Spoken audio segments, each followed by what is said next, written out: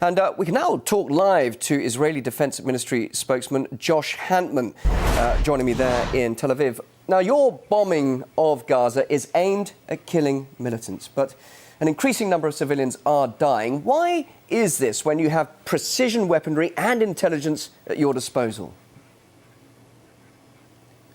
Well, let's be clear. Our objective is not just to kill Hamas militants. In fact, we have a number of strategic objectives.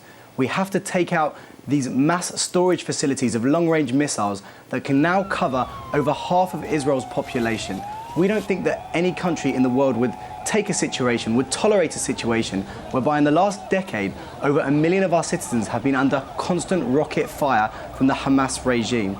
Now, let me point out that recently Hamas has made a decision to actually escalate the situation, which led us to take the decision that it was time we took out the leader of the Hamas military wing, Ahmed Jouabri, and immediately conduct a pinpoint strategic strike on these long-range Fajr missiles that can hit all across Israel. Pinpoint strategic missiles that are actually killing civilians. I've spoken to eyewitnesses in Gaza on this very channel in the last 2 days saying that this isn't targeted bombing, this is indiscriminate bombing happening.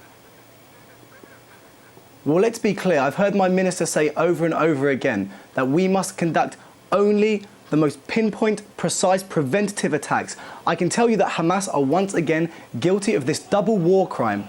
They hide beneath civilian populations, shooting from within mosques, shooting from within schools, shooting from within densely populated areas at our civilians. So whilst they are putting their own civilians in danger, which by the way does not surprise me if we look at the way the Hamas regime has been treating its own people for the last 5-6 years since they've been in power, hiding behind their own civilians while shooting on a daily basis at our civilians. Hiding behind their own civilians in Gaza, hiding behind their own civilians in Gaza, it's one of the most densely, if not the most densely populated region in the world. So where can those civilians go when being bombed by Israel in this way? Well, when Hamas are hiding rockets beneath mosques and hiding rockets and missiles within schoolyards and firing rockets actually next to the very hotel where most of the foreign correspondents are staying, you just have to look at all the reports coming out across the world today. Unfortunately, it's a very, very difficult predicament. And that's why the Israeli government uses the most precise munitions. It's why the Israeli army sends flyers out to the population even before we conduct these precision strikes in order to minimise the civilian damage. Let's find out what those precise munitions are doing to the people of Gaza. We've managed to speak to several Gazan civilians who are suffering in this bombing campaign at the moment. And here's what they had to say. Let's have a listen. The civilian population here is densely packed. In every house, there are about 20 people. Until 5:45, everyone was asleep. After that, blasts began shaking this entire area. F-16 planes were bombing innocent, harmless people. Many were injured. My family had 4 injured. We were listening to the news to find out what's going on in Gaza after these bombings. Yesterday we slept for a while because we wanted to rest, but we woke up in rubble. My brothers were wounded. Thank God all are alive. But what should we do now? The roof collapsed. Walls are destroyed. What did the children who were under the rubble ever do? We were all sleeping, parents and me with my sisters. An F-16 missile hit our house. We were taken to hospital. Thank God all are alive, but that's how it was. So what do you say to these people there in Gaza? Well, first of all, I'd like to point out that actually last night, and every night, but in particular last night, even in the middle of a mission, we had Air Force jets that were flying over and they had a precise target ready to be hit, and the Hamas organization or other organizations in the region brought civilians to the location and we diverted the attack. We are doing our utmost to protect civilians on both sides, while Hamas is going out of its way to not only put their own civilians in harm, but attack our civilians on a day-to-day basis. You've bombed the Prime Minister's headquarters, which is not a militant target, but the office of a democratically elected representative of the Gazan people. So how do you justify that? That is not a Hamas militant HQ, is it?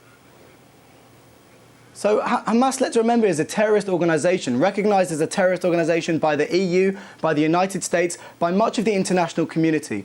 And if we're talking about a democratically elected organisation, democracy includes a civil state, a state whereby there's a freedom of press, whereby there is free rights for women and freedom of religion and freedom of expression. The fact is Hamas is an oppressive regime, it's an oppressive terrorist organisation that does as much harm to its own civilians that it actually does to our civilians as well.